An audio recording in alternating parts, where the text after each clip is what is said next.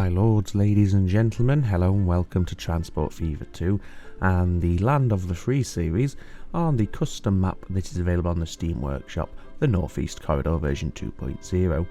A map that is set in the northeast of the United States, ranging from Massachusetts all the way to the District of Columbia and incorporating various states such as Rhode Island, we have Maryland, we have New Jersey, New York, Delaware and Connecticut.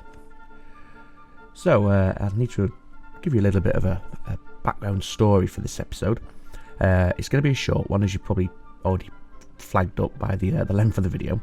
The reason is I had recorded two full-length episodes quite recently, but when I came to what's the word I'm looking for? When I came to process the footage for those two episodes, the video capture hadn't quite worked as intended, and rather than capturing the game screen, it would only capture the desktop. Everything else worked fine, so you heard me droning on about what I was doing, new lines, trains, etc, etc, etc, but you couldn't actually see what I was doing. You could just see my desktop screen, which is no good to man the beast. So what I've done, just a little bit further on that, because after I recorded the two episodes I then saved the game file, I wasn't able to go back and re-record everything and redo what I had done because I'd already saved my progress. And because I tend to do my episodes back to back when I get availability, I wasn't able to notice the error until after I'd recorded the two episodes and saved the game. So today what we're going to do is just very quickly recap what was missed during the recording balls up, and I'll just talk through the changes that have been made and the plans for going forward. So this town here, this is Kingston in Rhode Island, and as we can see we now have a passenger line here, and the Eagle Idle spot. We also have the tools being brought into Rhode Island as well. If you remember previously in the last legitimate episode, shall we say, or the last successful episode, we brought down the bricks from the Worcester direction and we started delivering these into Kingston, and I did mention bringing in the tools next. So that's what I did in the first episode. So the Rhode Island Freight Hub has had a little bit of a rework. We now have various entrances and exits, and that's just designed to prevent any of our vehicles doing any loops on platform. Rather, they come in one way and out the next. So the tools are now being delivered on into Kingston, as we can see. We're getting about 40%, so not the best, but it's a start, and it's a nice bit of trickle income. The way I've routed the tools down here, we obviously share this line which we set up when we did the bricks delivery, but here is where our divergent point is, as I discussed when I was setting this line up. So we can see one of our tool trains heading on down this new line here. This goes up to meet the cargo line that we have going towards Boston just here. We'll just disregard this little spur for a second, and then it continues on, shares the track until this point, and then we branch into three separate lines on into the cargo hub that we have just outside of Boston, serving the tool factory and Boston itself. So as you can see, we've timed it just right. We can see the two trains, well, two of the three trains that will be using this station, and we can see how they're organized here. So our fuel train comes in onto platform 1 and then drops off and then returns all the way back to New Jersey. Our train from Worcester is unchanged. If you remember, this one also drops in the planks for the tools factory, so that is unchanged. But our new line comes in onto this new platform, platform 3. Now the reason we have a little stretch of triple track down here is quite simple. If we were sharing this platform with the Worcester train, then we have the real possibility that, as we can see right now, our Rhode Island train could have been sat on platform 2, essentially blocking it, which would prevent the raw materials from being delivered. Now, if this is waiting for a full load, which it indeed does, then it would never get a full load because the factory needs the planks, which it cannot receive because the train is blocking access for the planks, if you follow me. So as it stands now, our trains from Rhode Island will come off this way, and we have a signal here and a signal here. So we have two stabling points.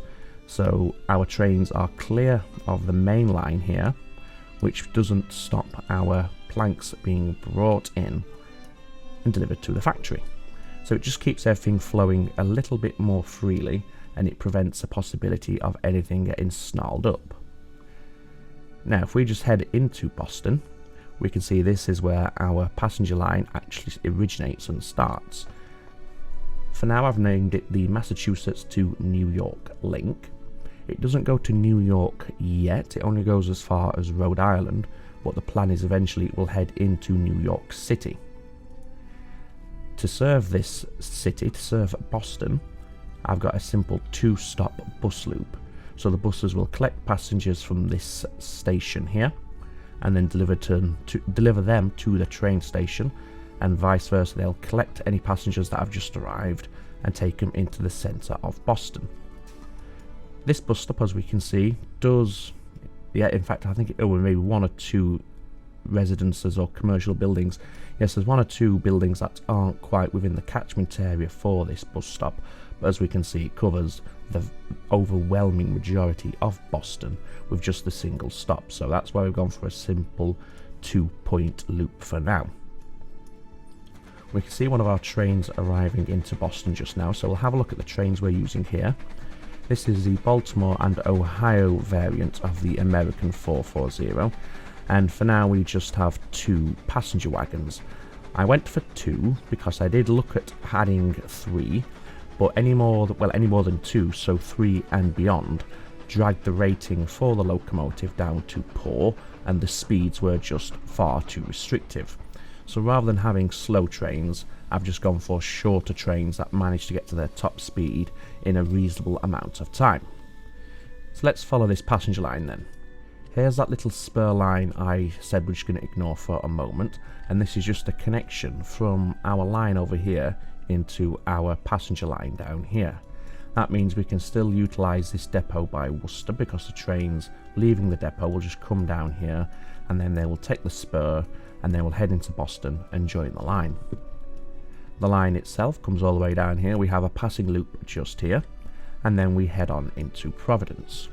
In Providence, we've done the same setup as we did in Boston with our buses, just the one bus stop in Providence itself, which does capture not quite as many as the bus stop in Boston did, but it captures once again the vast majority of buildings in Providence.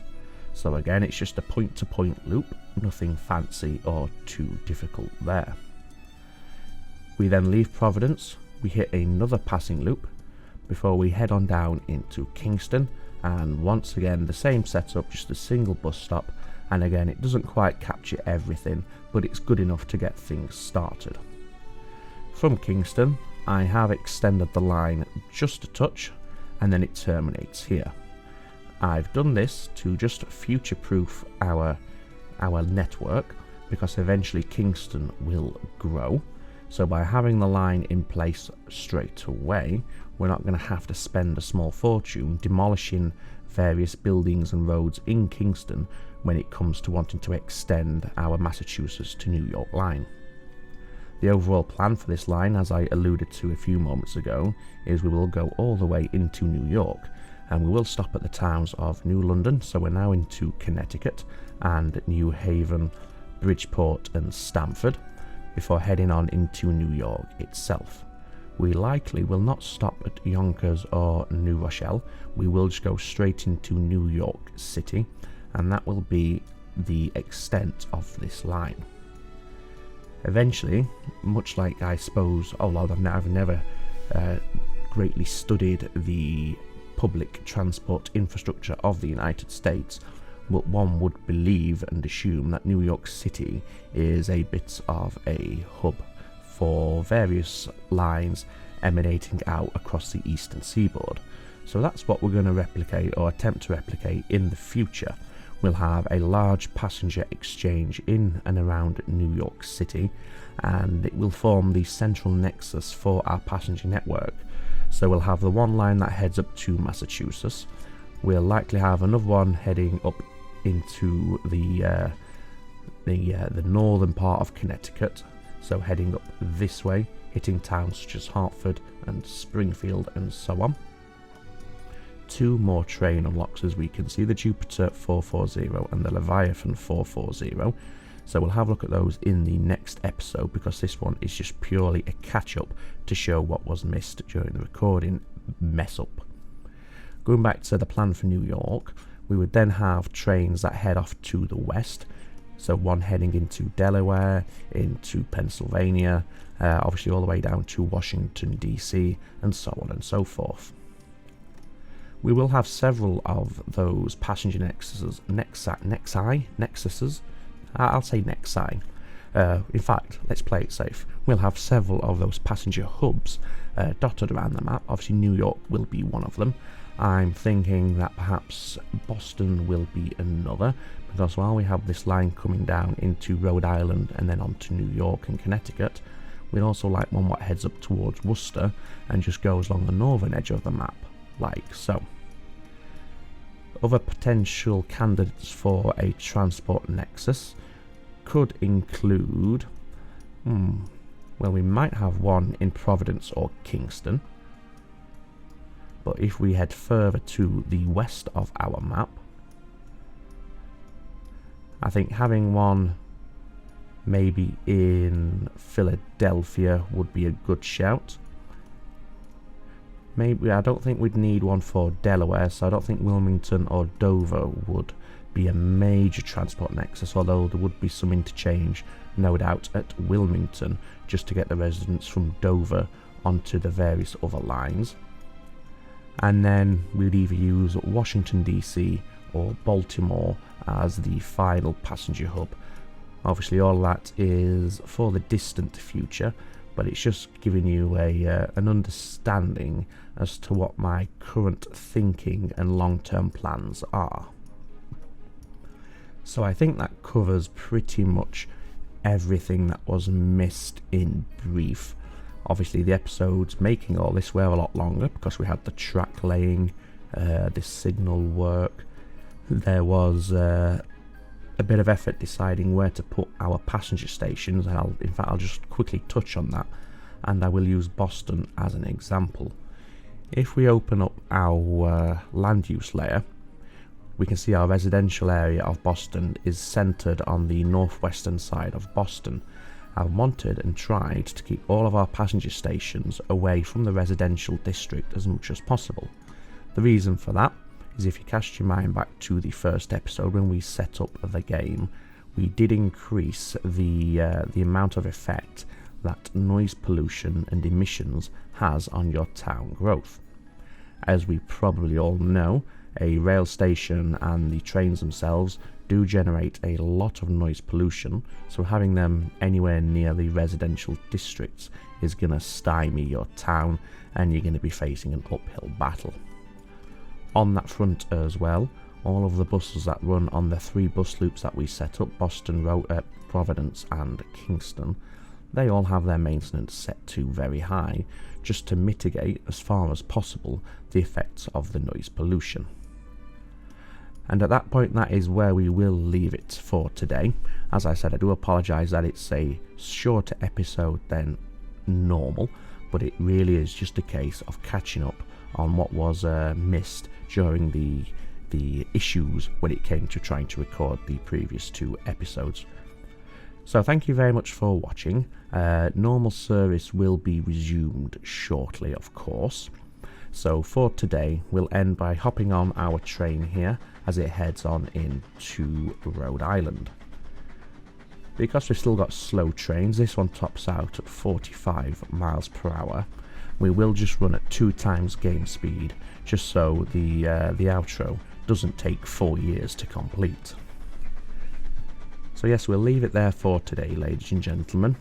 Thank you very much for your ongoing patience and your support, of course. Every view, every like, every comment, and of course every subscription is greatly appreciated, and I do mean that.